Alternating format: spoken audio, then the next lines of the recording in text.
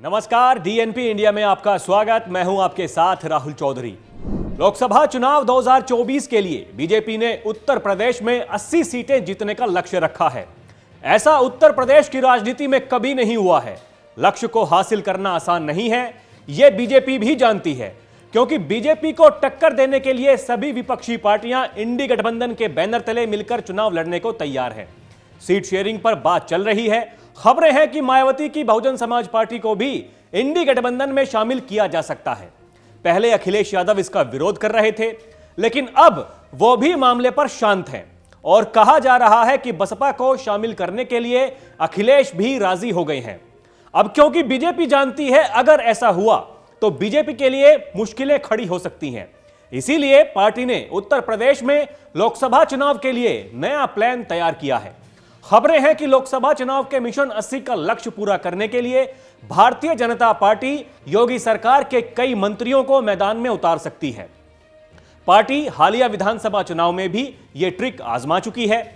मध्य प्रदेश, राजस्थान और छत्तीसगढ़ के चुनाव में बीजेपी ने कई केंद्रीय मंत्रियों को विधायकी के चुनाव मैदान में उतारा था।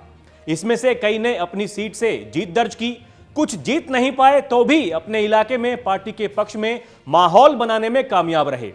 इसी को ध्यान में रखते हुए अब यूपी सरकार के कई मंत्रियों के चुनावी मैदान में उतारे जाने की चर्चा तेज हो गई है। इस चर्चा में यूपी के दोनों डिप्टी सीएम केशव प्रसाद मौर्य और ब्रजेश पाठक का नाम भी शामिल है। आपको बता दें कि केशव प्रसाद मौर्य साल 2014 में लोकसभा का चुनाव जीते थे। इसके बाद उन्हें 2017 के यूपी के विधानसभा चुनाव के ठीक पहले बीजेपी प्रदेश अध्यक्ष की जिम्मेदारी दे दी गई थी। इस चुनाव में पार्टी ने शानदार प्रदर्शन किया, जिसके बाद केशव प्रसाद मौर्य को डिप्टी सीएम बना दिया गया। साल 2022 के विधानसभा चुनाव में केशव मौर्य अपनी सीट सिराथू से चुनाव हार गए, लेकिन इसके बाद भी साल 2022 में दूसरी बार बनी योगी सरकार में केशव प्रसाद मौर्य को उप मुख्यमंत्री बनाया गया। अब चर्चा है कि केशव प्रसाद मौर्य एक बार फिर लोकसभा के रण में हाथ आजमाकर फूलपुर में अपनी पकड़ को दिखाने की कोशिश कर सकते हैं। यूपी सरकार के दूसरे डिप्टी सीएम ब्रजेश पाठक को भी चुनावी मैदान में उतारे जाने की चर्चा है। यूपी चुनाव 2022 में दूसरी बार योगी सरकार के लौटने के बाद ब्रजेश पाठक को डिप्टी सीएम बनाया गया था। जमीनी राजनीति करने वाले ब्रजेश पाठक स्वास्थ्य मंत्री के तौर पर अपने कार्यों से लगातार चर्चा में रहते हैं। उनकी छवि भी बड़ी है। ऐसे में पार्टी उनकी बढ़ती ताकत की परीक्षा चुनावी मैदान में करना चाहती है।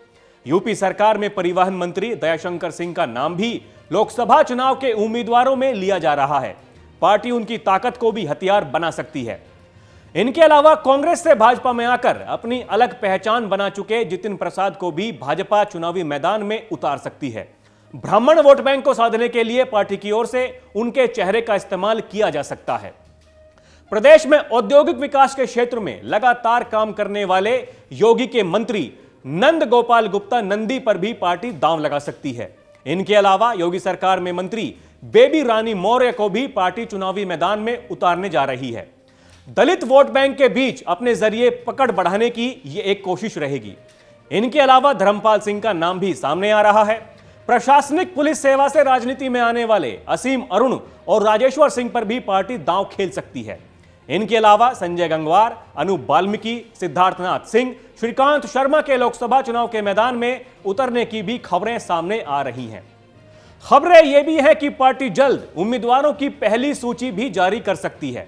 तो एक तरफ बीजेपी 80 सीटों को जीतने के लिए ग्राउंड जीरो पर तैयारी कर रही है, वहीं विपक्षी गठबंधन इंडी के नेता अभी किसको साथ रखना है और किसको नहीं, इस पर ही विचार कर रहे हैं। अब ये कैसे बीजेपी को हराएंगे वो कम से कम हमें तो नहीं पता है भाई।